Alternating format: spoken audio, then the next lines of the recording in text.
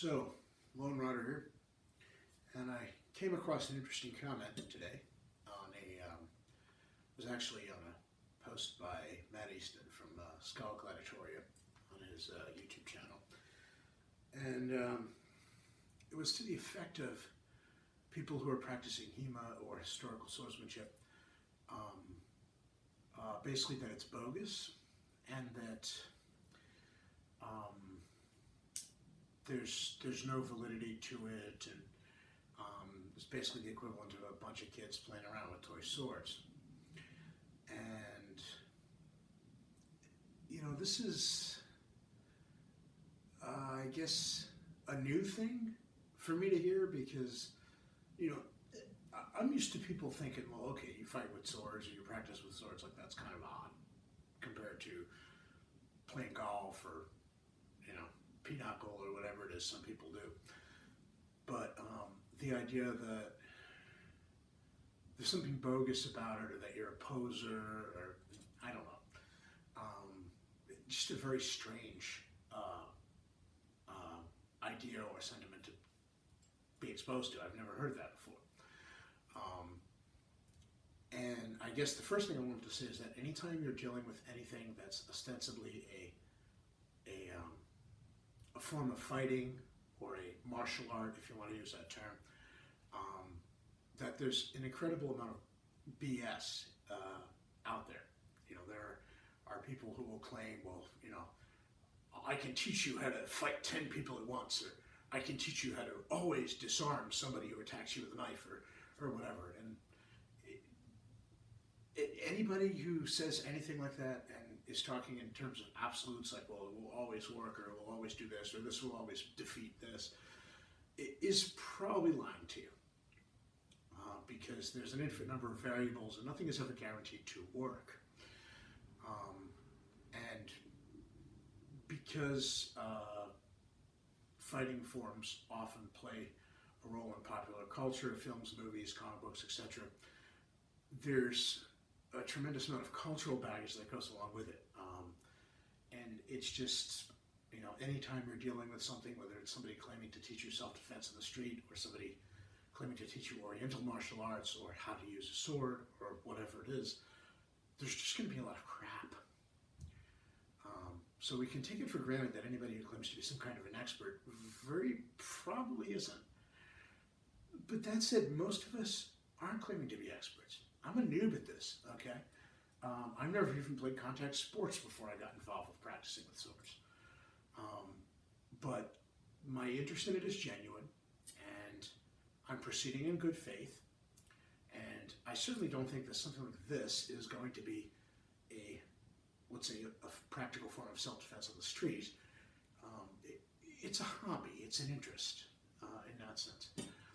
Although I will touch on the question of what is a martial art, and if you use the two words together as one term, martial art.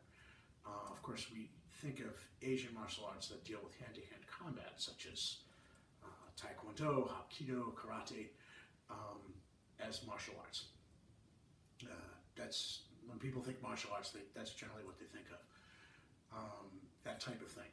And in the, I guess, actual meaning of the terms, if you use the words in their historical context, a martial art, if you break down, you look at the two words and what they mean, martial refers to military use or combat. And so martial arts would be not just hand-to-hand fighting, but anything that involved weaponry, which would include swordsmanship. And we know swordsmanship was a big deal, not only in Asian cultures with the katana and other swords, but also in the West, right? And that's what HEMA is about. It's about looking at historical swordsmanship for things like longsword, messer, saber, falchion, etc., and trying to recreate that. And the idea that because there's no unbroken line of succession, that this swordsmaster taught this swordsmaster who taught this swordsmaster who taught the guy that you're learning from today, that it's somehow bogus, or is frivolous. I'm not sure you can say that. Certainly, many Eastern traditions that involve combat have a more direct line in terms of they never really necessarily stopped doing it, at least practicing it as an art form or as a technique. Obviously, swords stopped being used in combat at some point, but yes, there were people who were still practicing the techniques. Now that said, is there anybody living today, for example, Kenjutsu master who's actually used a sharp sword in anger against another opponent and slain him? Very probably not, because that would be called murder. So, yes, you can say there's modern descendants of those combat arts, more direct descendants than we have when you're dealing with something like, let's say, German longsword or fiore or rapier. But they're descendants. They're not the same thing. I guarantee you that somebody who's practicing kendo or kenjutsu, that it's not the same thing as the way the samurai would have fought back in the Edo period or prior to that. So yes, they have a more direct link, but it's still an indirect link in that sense. And as far as what people think of when they think of the term martial arts, they usually think of unarmed fighting, but that's a civilian thing. Nobody goes into a battle in a war zone with just their bare hands, right? People forget that the Asian martial arts that we all know about, Hapkido, Taekwondo, Jiu-Jitsu, etc., all of these things were developed as a last-ditch thing for when you don't have weapons, or if you're forbidden from having weapons. They were never a major battlefield tactic. Nobody went into a battlefield with no sword, no spear, nothing, just their bare hands doing karate chops.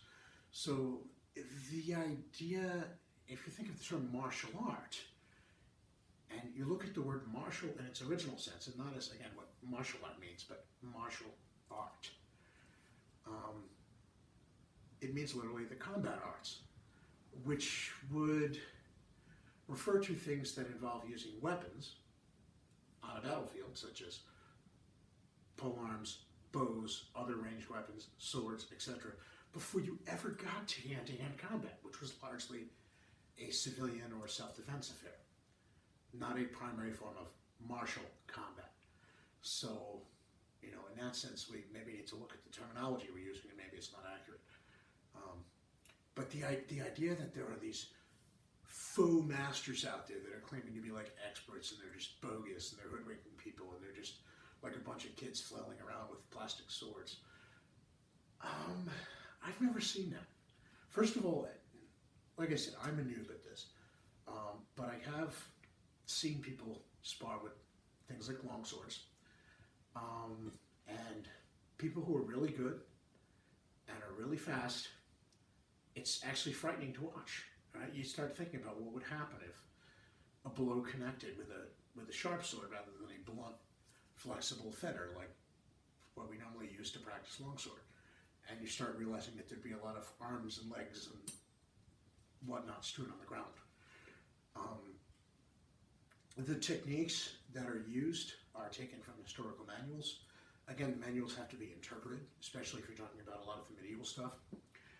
But HEMA is a catch-all. I mean, basically you have everything from the 1800s backwards, which would include, a lot of later period sources, things like military saber and so forth, for which small sword, etc., for which there are very clear manuals, very clearly written in what is essentially modern English.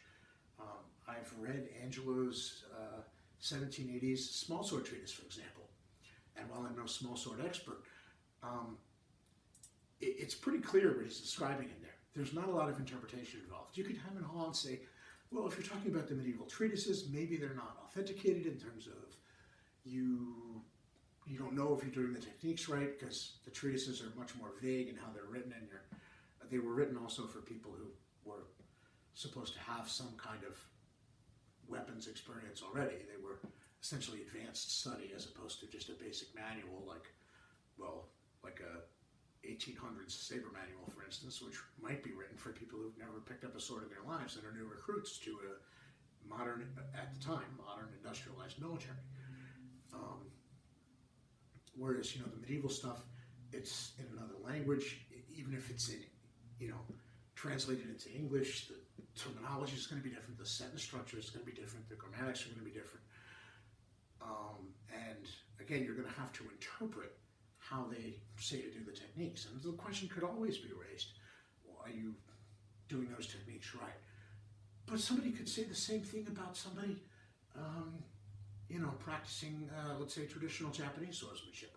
Are the ways that people are using the weapons the way they would have been used in a combat situation in, let's say, the 1600s? Nobody can tell you that now. So the idea that because it's not, because we don't do like a 10-hour tea drinking ceremony before we practice, that somehow it's not legit. Look, I actually like Japanese swords. I actually know a little bit about them.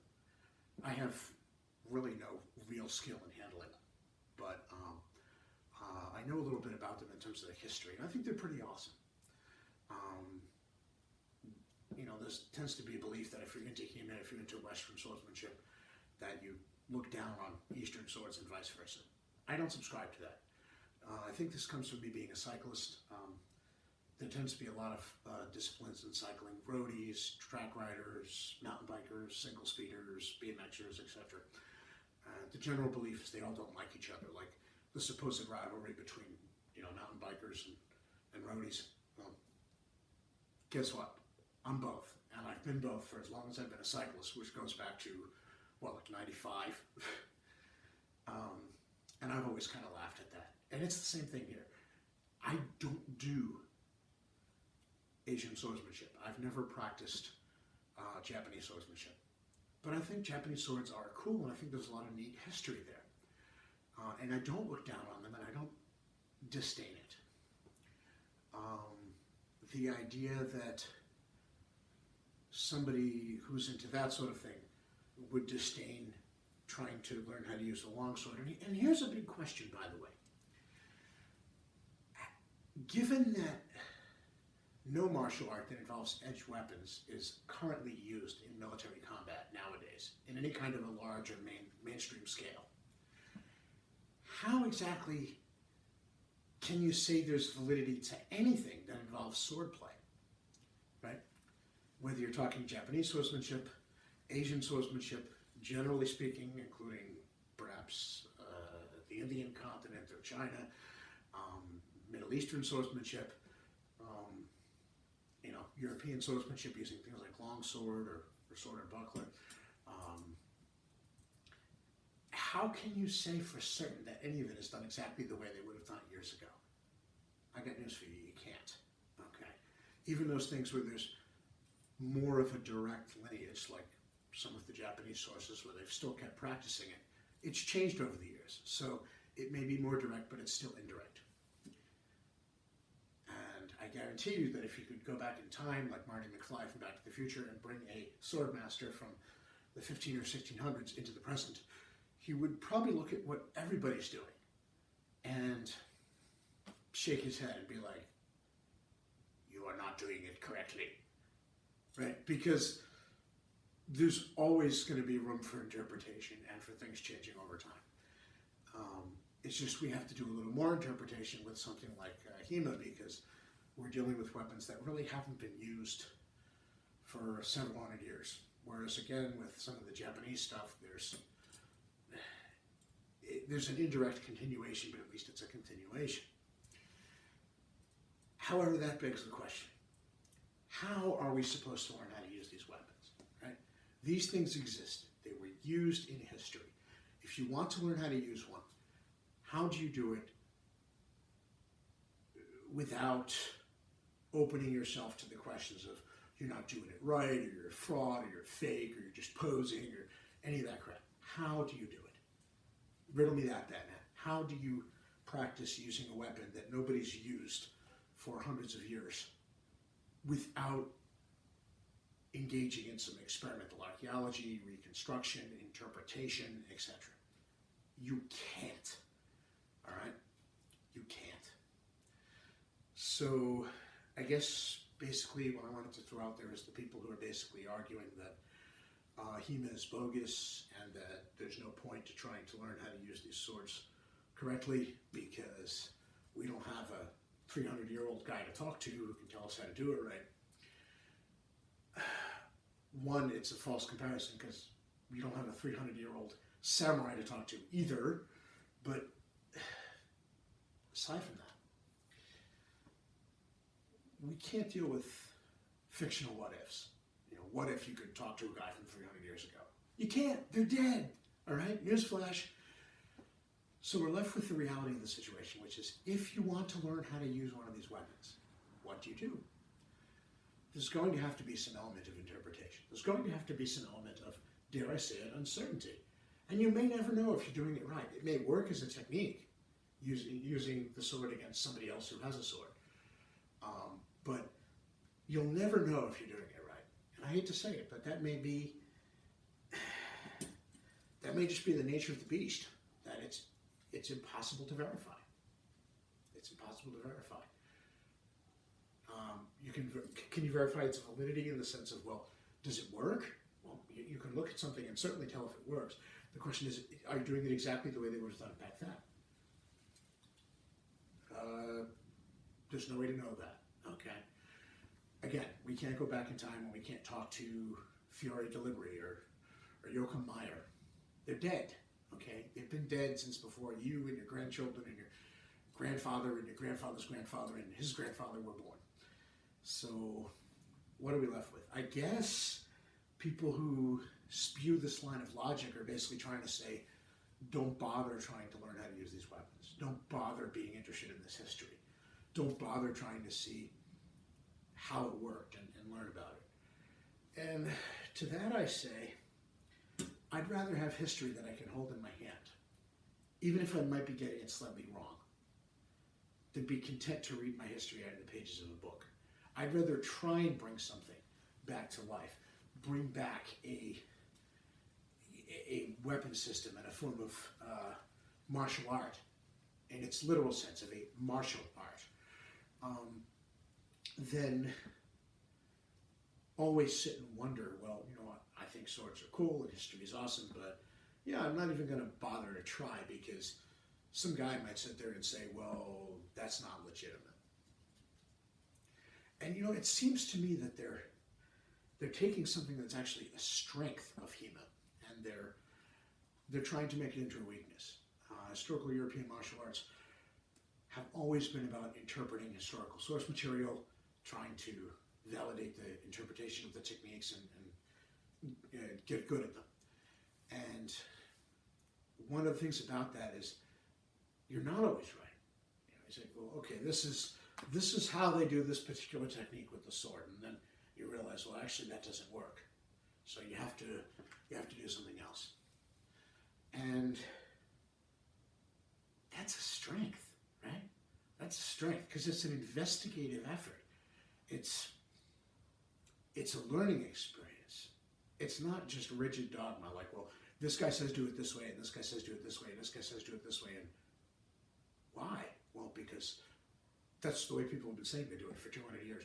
No, it's you're having to rediscover it. And in the process, you get to do something pretty awesome, which is take something that's history on the pages of a dry, dusty book and bring it to life. There's just something so cool about that if, like me, you're interested in history. And to see that cast as a problem with it, well, it's not legit because you can't prove it because what you're trying to do is reconstruct a dead activity. That's the whole point.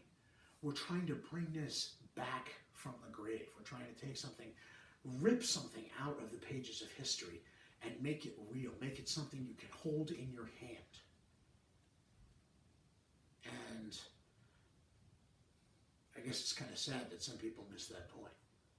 Right? And as far as the, you know, all these fake masters flailing around with their toy swords, nobody I know claims to be a master. You know who the master is?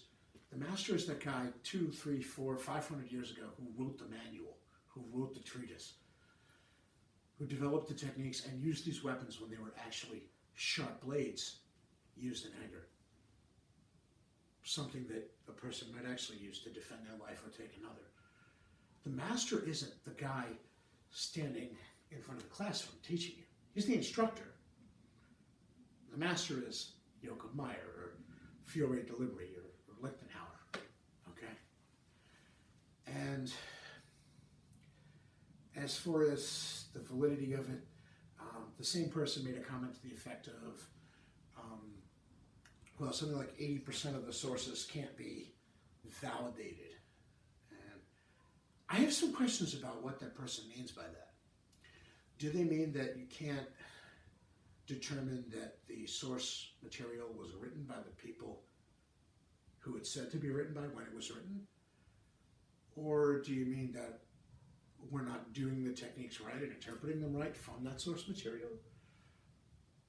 Because there is a difference. And then there's the question of what about later material? HEMA isn't just about medieval swordsmanship, things like longsword or sword and buckler. It includes, for example, military saber, which was in use up through the late 1800s. And we have, again, whether it's small sword or military saber, we have treatises from the 18th and 19th centuries that are essentially written in modern English and very, very clear. A lot clearer than some of the medieval stuff and needing much less interpretation. So when somebody says, oh, even the treatises can't be validated and so therefore it's invalid, are you just talking about the medieval stuff, or are you including the modern stuff? Because that can be validated. We know who wrote it. In some cases, they were actually hired by governments to actually write official manuals of arms for their militaries. So, what gives? I honestly don't know.